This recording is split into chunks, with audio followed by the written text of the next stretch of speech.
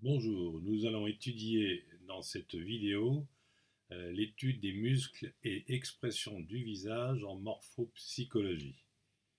Alors tout ce travail sur l'étude du symbolisme des expressions des muscles du visage, on la doit à Hermiane. Hermiane, c'est un ancien médecin généraliste dans les années 30, 40, 50, 60, de son vrai nom le docteur René Bardonneau, qui était dans le 20e, 23 rue de la Pie. Et c'est vraiment lui le pape de la morphopsychologie des muscles du visage. Bon, ça s'appelle la prosopologie. C'est un complément extrêmement intéressant au symbolisme des formes que j'ai pu développer en reprenant Ledrich principalement. Alors, l'anatomie des 27 muscles du visage, ça veut dire qu'il y a 27 muscles dans le visage.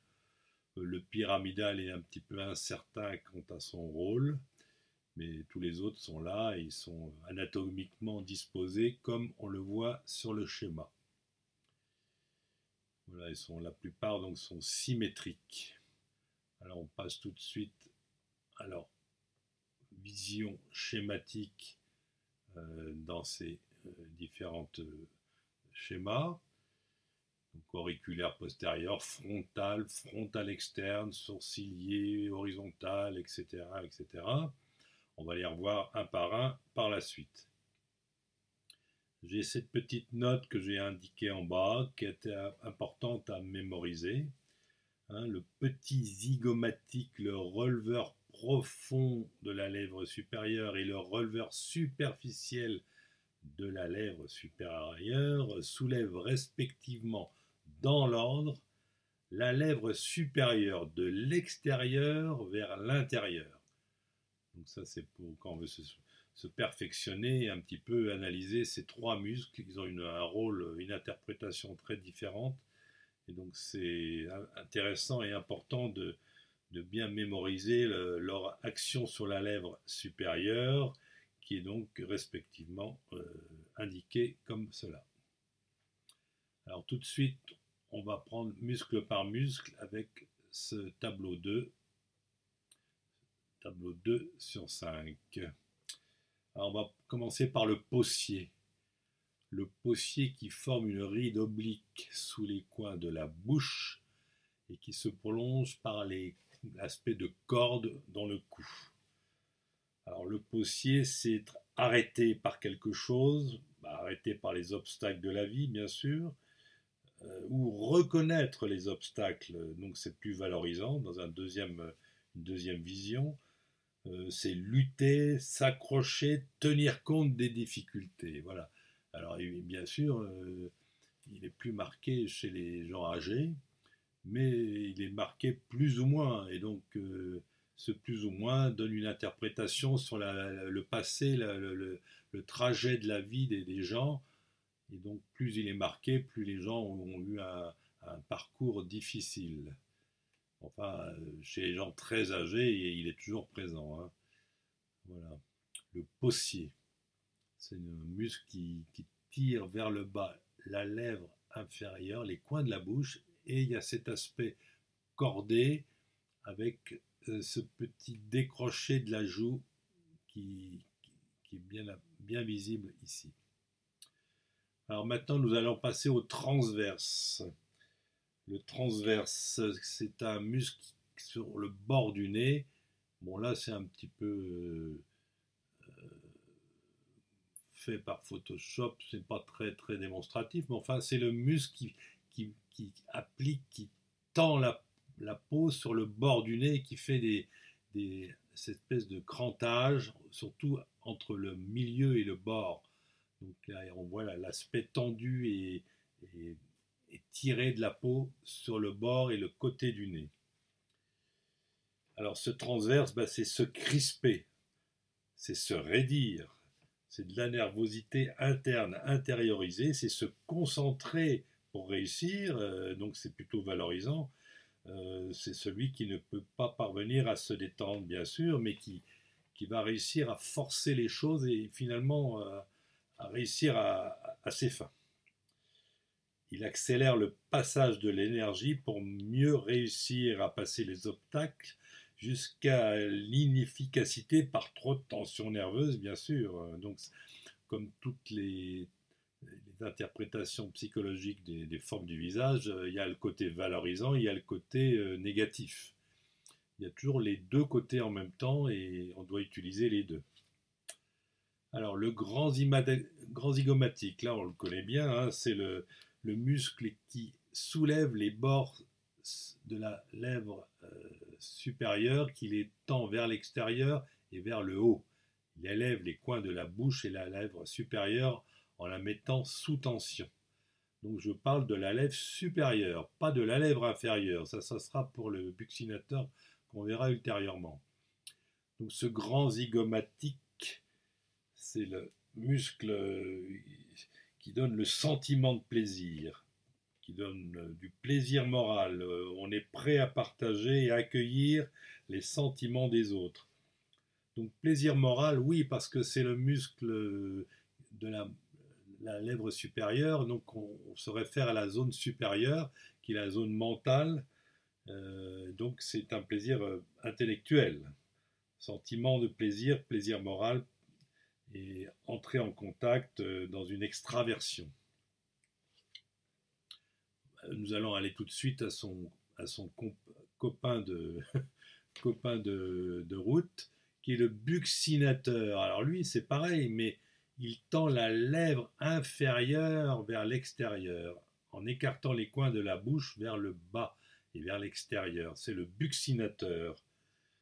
Alors, ce buccinateur, lui, c'est sensation de plaisir. Là, on n'est plus dans l'intellect, c'est sensation de plaisir, plaisir physique et matériel, contentement de soi, satisfaction de soi, plus ou moins puéril, plus ou moins exagéré. Donc, c'est les gens prêts à partager, à accueillir une même sensation physique qu'un proche. Donc là, on est dans le physique, on est vers le bas, vers la zone 3 qui est la matérialité. Hein, donc ces deux muscles grand zygomatique et le buccinateur, ils peuvent travailler ensemble, donc ça donne un sourire complet, donc une sensation de plaisir et un sentiment de plaisir, mais bien souvent c'est surtout celui-là, le grand zygomatique, qui fonctionne pour donner l'impression à l'autre du plaisir et d'un sentiment de joie, mais ça peut être artificiel. Donc quand les deux sont présents, là on a une vraie réalité dans le sourire. Un sourire complet, bon, bien sûr, qui s'accompagne de l'œil ouvert. Il n'y a pas d'extraversion sans l'œil ouvert en même temps que l'action de ces deux muscles. Alors ces deux muscles, évidemment, là ils sont un peu assez marqués, là aussi. Ils peuvent simplement être, mais ils peuvent être cotés un peu de 1 à 3 environ. Donc 1 ou 2, c'est une mise en tension qu'on peut deviner derrière l'aspect de la joue. Hein. Il est un peu plus fort quand c'est vraiment très très marqué comme là. Alors le releveur superficiel maintenant. Alors ce releveur superficiel, il fronce le bout et le bord du nez ainsi que le milieu de la lèvre supérieure. Voilà, ce releveur superficiel, c'est reconnaître ou trouver du désagrément, c'est ressentir du déplaisant, du difficile, détecter les situations difficiles, les points faibles pour les autres ou pour soi-même, ressentir du tracas ou avoir du souci par rapport à un événement ou à une personne. Il peut amener ou sous-entendre du pessimisme. Voilà, donc ce releveur superficiel qui fait travailler la lèvre supérieure et le nez en même temps. Alors maintenant le tarsal. Le tarsal, c'est le muscle qui soulève, qui ouvre la paupière supérieure, qui ouvre ou qui ferme l'œil. Le tarsal, il est haut, plus ou moins haut, bien sûr.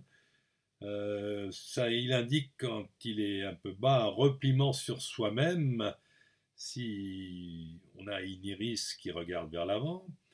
Par contre, si l'iris va vers le bas et vers le haut, c'est plutôt un œil qui délibère. Par contre, si l'iris en avant est vers le bas, l'effacement, c'est l'effacement modeste, si l'on peut dire. Si l'iris enfin est sur les côtés et vers le bas, c'est une dissimulation que l'on voit quand ce tarsal est faible.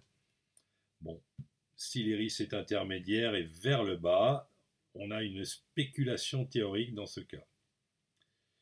Alors le cîlement fait partie de l'action du tarsal. Le cîlement, c'est le tarsal alterné avec le releveur de la paupière supérieure, qu'on étudiera ultérieurement. Le releveur de la paupière supérieure, il soulève l'œil.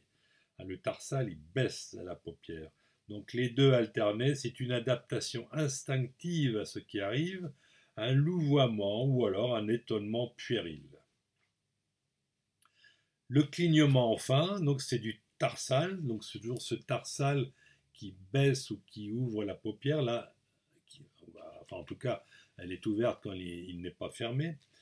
Donc ce tarsal plus le releveur de la paupière, en même temps, c'est un clignement. Donc c'est l'attention limitée à un motif d'intérêt particulier, un affinement de son attention, c'est examiné avec une attention précise. Alors, ce clignement accélère l'échange d'informations, mais ce n'est pas un échange d'affection réel. Alors si le releveur de la paupière est très très important, en même temps là on a une attention approfondie. Voilà, tel que il accélère, il affine puis ralentit sur un seul motif d'intérêt, l'échange d'informations. Bien, donc tout ça est un peu compliqué, mais enfin c'est une ébauche de toutes les actions de ce tarsal, mais qu'on pourra le revoir dans d'autres vidéos avec tout le travail des regards que Hermiane a pu faire. C'est un travail incroyable. Bon, on le reverra après. Alors on va continuer avec cet auriculaire postérieur. L'auriculaire postérieur, voilà, il est là. C'est lui qui tire l'oreille vers l'arrière et qui aplatit la région qui est devant l'oreille. Donc ce muscle, quand il est en action, il intériorise, il enregistre et sait faire encaisser les émotions à la personne durablement. C'est une dépendance, une maturité émotive alternée, s'il n'est pas là ou s'il est là. Quand il est présent, il permet de cacher ses émotions et on ne peut se détacher de l'impression ou de l'émotion qui nous étreint quand il est en action. Voilà. Donc dans les joues rondes, en général, on considère que cet auriculaire postérieur n'est pas présent. Alors continuons sur ce tableau 2 sur 5 avec le tableau 3 sur 5. Et nous abordons ici le releveur de la paupière de l'œil, paupière supérieure. Alors ce releveur, ce RPS comme on dit, donc son rôle c'est de soulever la paupière. S'il est fort, il indique une attention, et même une attention large avec plusieurs degrés d'attention qu'on peut définir. Alors l'œil haut qui est réalisé par ce releveur puissamment en action, il ralentit l'échange d'informations parce que tout ce qui est haut est lent. Ça, c'est Ledrich qui nous l'a appris. Ralentissement de l'échange d'informations jusqu'à être bloqué sur une information, et tout ceci peut être anxiogène. Donc ça, c'est l'œil de la personne âgée ou de l'œil effrayé qui est fixé, complètement terrassé par l'information qu'il est en train de digérer, et il y a un effet anxiogène. Si ce releveur par contre est faible, l'attention tombe, l'affectivité se détériore par un relâchement moral et ou physique. Le releveur un peu faible qui dégage à peine l'iris, c'est le déprimé. Voilà. Alors nous passons maintenant au sourcilier horizontal. Alors le sourcilier horizontal, il plisse verticalement la région intersourcilière, C'est la ride qui est verticale entre les sourcils. Alors ce sourcil vertical, c'est réagir à une impression, avoir une réaction, mettre en cause ce qui arrive jusqu'à en être sceptique. Il contrôle et accélère l'émotion par la maîtrise et la canalisation du passage de l'énergie. En effet, l'énergie démarre dans les sourcils, elle passe par cette région intersourcilière pour aller sur le bord du nez. Donc c'est un espèce de canaliseur d'énergie avec tous les qualificatifs qu'on vient de lui donner. Passons maintenant au frontal externe. Alors le frontal externe, il relève la queue du sourcil et il ride la partie externe du front. Donc c'est pas le frontal au milieu du front qu'on voit ultérieurement, c'est le frontal externe. Souvent il n'est là que sur un côté, plus ou moins permanent ou parfois lors d'une émotion par rapport à quelque chose qui étonne. En effet, le frontal externe, c'est l'aptitude à la surprise, à l'étonnement. On est ouvert à ce qui arrive de nouveau et on se laisse aller à ce qui est nouveau. Curiosité d'esprit, curiosité intellectuelle, c'est le muscle du chercheur qui est donc l'aptitude à toute recherche, à s'émouvoir de ce qui est à l'extérieur de soi et donc s'émouvoir pour apprendre, pour être informé de quelque chose de nouveau. L'orbiculaire maintenant, c'est le 15. Alors le 15, c'est l'orbitaire plutôt, c'est une région qui est aussi travaillée par l'Eadrich. Donc là, Hermiane nous la travaille aussi, mais bon hasard, chacun exprime la même chose avec cette zone. Là, c'est le muscle orbitaire qui est au-dessus de l'œil, qui est plus ou moins gonflé. Hein, il gonfle la région externe, surtout de la paupière supérieure, l'orbitaire. Alors cet orbitaire, c'est la concentration dans ses objectifs conscients ou inconscients. C'est les investissements affectifs importants. Il accélère les qualités émotionnelles de l'œil. Ça veut dire que la personne avec cet orbitaire bien développé, ou trop développé, pris ou trop pris, trop absorbé, occupé ou trop occupé, capté par les informations extérieures. Donc on ne peut pas se libérer de ces préoccupations affectives et ainsi on est un peu obsessionnel dans ses affects. On n'arrive pas à prendre de la distance. Donc pareil, comme tout à l'heure, c'est bien d'en avoir, ça a son revers. Ne pas en avoir, c'est bien, mais ça a son revers. On navigue entre les deux qualificatifs, les deux interprétations. Il est gonflé, il n'est pas gonflé. Bien sûr, il est moins important quand l'œil est proche de l'œil, quand l'œil est concentré, très concentré sur ses objectifs. Alors, après, nous allons passer au préceptal. Alors, ce préceptal, c'est les cernes, tout bêtement, qui forment et marquent la région des cernes sous la paupière inférieure, des deux côtés. Ça indique la dépression, dépression ou déprimé. Ça dépend comment on voit les choses. Une fatigabilité, une lassitude physique et psychique, surmenage nerveux ou sexuel. Alors, on peut imaginer qu'il y a un dysfonctionnement affectif sous-jacent dans la mesure où si ce muscle travaille trop, c'est qu'il y a des contraintes énergétiques inappropriées dans la personnalité. Et donc, ça montre que la personne n'est pas surmenée d'une façon ou d'une autre. Alors, le petit zygomatique.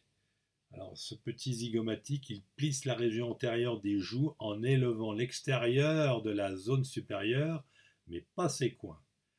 Le petit zygomatique, là, il est assez bien montré sur ce cliché. Alors, c'est la souffrance, la douleur morale et psychique réellement ressentie ou reconnue, l'un ou l'autre, au sens primaire ou secondaire. Donc, dès qu'il y a de la douleur, de la souffrance, il est là. J'avais dans un de mes portraits récent de 2018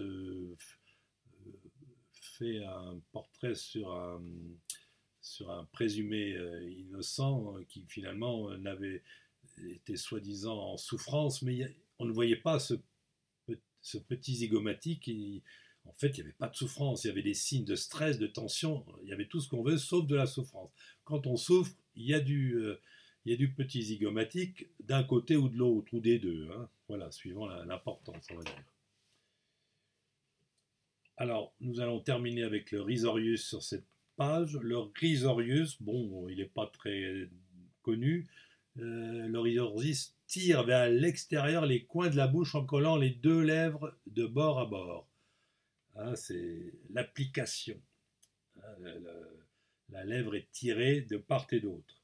Exprime le sens et l'esprit pratique, l'application, le plaisir, dû à la joie pour faire les choses soi-même. Je suis content de faire ce que je veux, mais je fais du Rhizorius. Objectivement. Bon sens du concret, un bon passage conscient entre les zones 2 et 3, d'où action efficace. Hein, donc la zone supérieure, instinctive et matérielle sont bien en phase au niveau conscient, puisqu'on est dans la zone médiane du visage, grâce à l'action de ce Rhizorius. On peut imaginer qu'en faisant artificiellement, on va être plus appliqué, on va être plus efficace, même si, et puis que s'il est spontané, ben c'est encore mieux. Voilà. Alors, nous descendons maintenant sur la 4 sur 5. Et oui, il y a beaucoup de muscles. Alors là, nous allons passer au frontal. Là, on avait fait le frontal externe tout à l'heure. Là, le frontal, c'est le frontal relève les sourcils et plisse le front en son milieu. Donc, c'est les rides au niveau du milieu du front. Voilà. Alors, ce frontal, bah, c'est se laisser aller à une émotion. On se laisse aller, mais on l'enregistre. On est sensible aux situations et aux faits. On est impressionnable, impressionné, on le laisse voir, on assimile aussi cette chose qui vous impressionne, on accepte plus facilement les émotions reçues. Voilà pour ce frontal au niveau du front. Le prétarsal maintenant.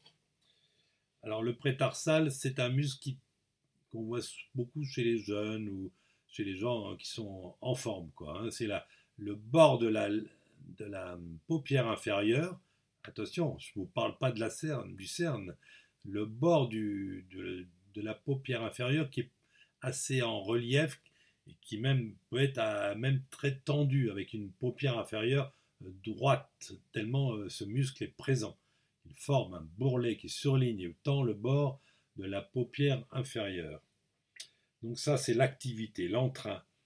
L'individu ne se laisse pas déprimer, il tient le coup, il a de l'élan, de la joie, c'est le rire franc, la joie de vivre. C'est un rire franc mais neutre et commercial, si seul car sans sentiment réel ou envie d'entrer en contact, il n'y a pas de sentiment, hein, c'est un peu mécanique là. Donc c'est un peu le moteur de l'œil. Voilà pour ce prétarsal. La houppe maintenant. La houppe, bah, c'est le menton. La houppe, bah, comme on le voit pas très très bien, mais enfin, elle remonte, elle incurve la lèvre inférieure, d'une part, et elle forme ce piqueté, quand elle est très prononcée, au niveau du menton. La houppe creuse la lèvre inférieure, détend et déprime la peau du menton. Voilà, donc bah, cette houppe, c'est l'irrésolution, le doute de soi. On étudie, mais on réétudie. On est indécis, on est sceptique. On ne délègue pas son action que l'on suspend ou que l'on remet à plus tard. Elle est l'inverse de l'action du carré. Le carré du menton qu'on voit ici. On va l'étudier juste après. Donc, elle inverse l'action du carré, mais peut s'y associer. On peut avoir les deux en même temps. Elle diminue les capacités d'affrontement. C'est un peu timidité. La castration est sous-jacente. Castration par la mère. Donc là, quand il est en permanence présent, il n'y a pas le piqueté. C'est surtout la cassure de la lèvre inférieure qui est visible, hein. Et bien justement, on va passer tout de suite au carré du menton. Hein, Il tend la peau du menton, il aplatit la lèvre inférieure.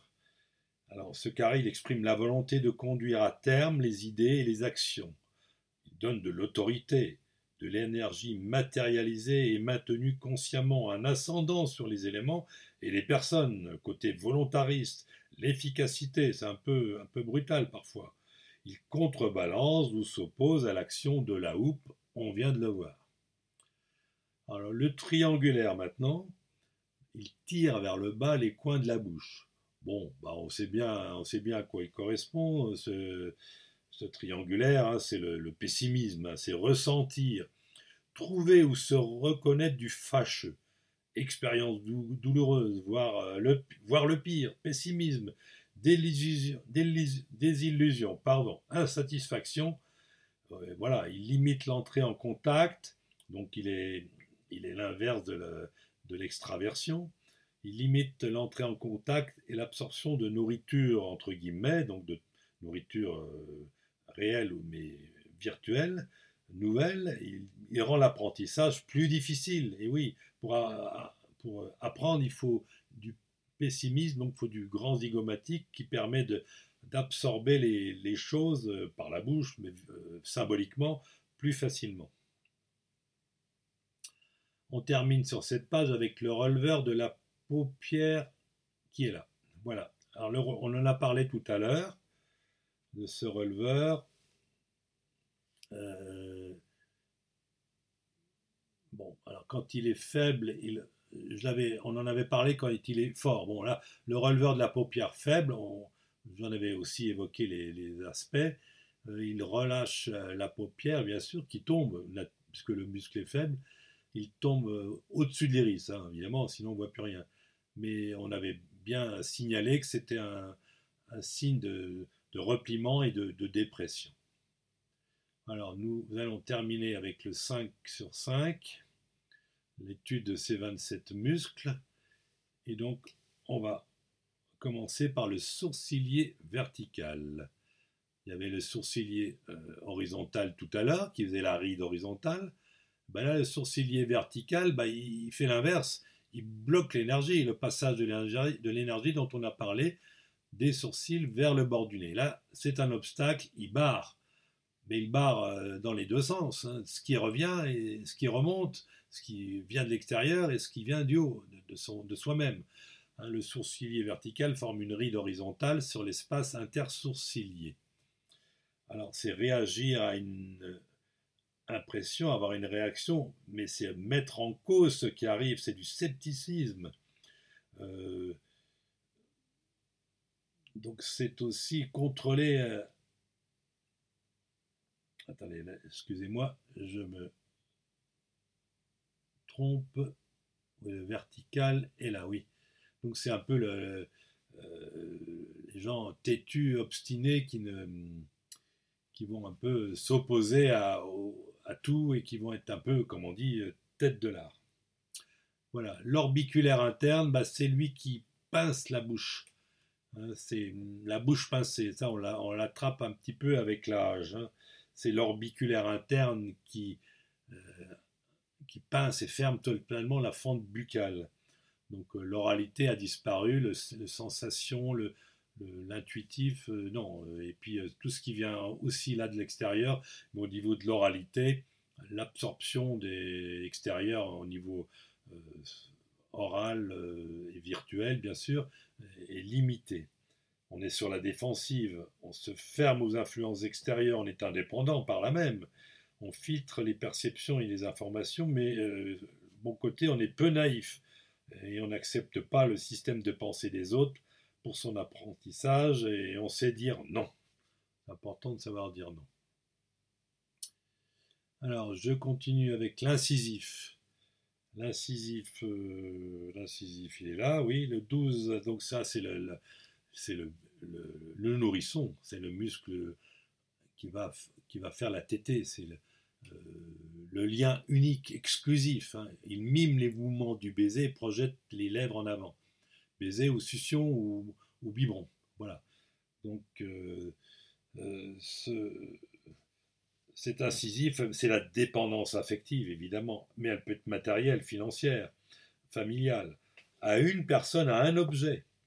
Hein, ça c'est important. Dépendance à une chose ou une personne. Manquer d'autonomie affective, bien sûr. L'affectivité pas ou mal maîtrisée. On est à séduire ou un attachement à une seule personne. Oui, on ne vit que par attachement, soit même dans le contexte familial, on est très lié. Attachement électif, jamais parfaitement assouvi ou instable, la séduction est sélective. On ne va pas avec n'importe qui. Mais on n'est pas indépendant affectivement. Le canin. Alors le canin, il enfle les petits monts de part et d'autre des coins de la bouche. Bon, il n'est pas facile à voir. Il donne de l'ascendant, de l'amour-propre. C'est un sentiment de sa propre valeur, égotisme, orgueil, fier de sa personne. On ne doute pas de ses capacités et de ce fait, on n'est pas vulnérable. Bon, on ramène à soi les choses. Voilà pour ce canin. Alors le releveur profond maintenant. Alors le releveur profond, lui, c'est dégager les canines dans son mouvement sur la lèvre supérieure. Dégager les canines, il faut voir un chien quand il veut vous mordre, il dégage les canines, c'est exactement le même muscle. Hein, il veut vous mordre, il veut attaquer. Alors ce releveur profond, c'est le mouvement d'écarter ou alors d'agresser et de mordre. On se défend en attaquant, on prend l'offensive. Donc il a des bons côtés, hein, on ne se laisse pas faire, mais bon, quand il est trop marqué, on peut avoir peur un peu. Hein. Le myrtiforme, hein, il est pas mal ce myrtiforme. Alors il bombe la lèvre supérieure sur le profil. Ça, il est pas mal parce que il n'est pas très démonstratif, mais quand on le voit bien, l'interprétation psychologique est nette, hein, est très nette. Ce myrtiforme que je retrouve. De toute façon, c'est l'opposition intériorisée. Hein. Je vais reprendre un petit peu les termes que j'ai pu mettre dans mon livre, que je ne retrouve pas. Veuillez patienter. Voilà. Donc c'est l'opposition intériorisée. C'est bien ce que je vous disais. Bon, c'est dire non, mais sans le dire. À l'extérieur, on ne le voit pas.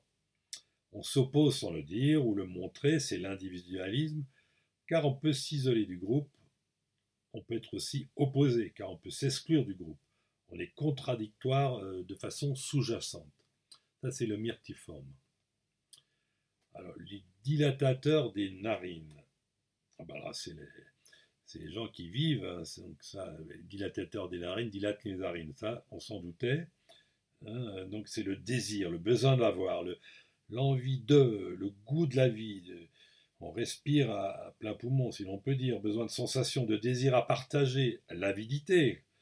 Bon, c'est l'oxygène du respiratoire, d'une mobilisation pour conquérir l'objet du désir. L'individu va participer. Et bien quand il n'est pas là, bien sûr, il y a une frustration, il y a une frustration sous-jacente qui peut donner d'autres qualités, bien sûr. Hein.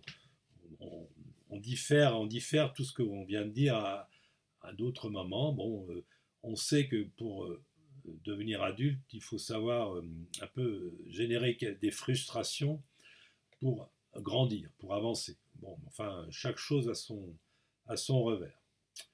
Voilà, bon, on a un petit peu passé en revue tous les muscles de notre livre que je peux développer, que vous pourrez voir aux pages 304 et aux pages 305. Et après, vous verrez l'organisation en détail dans le livre si vous le désirez. Je vous remercie.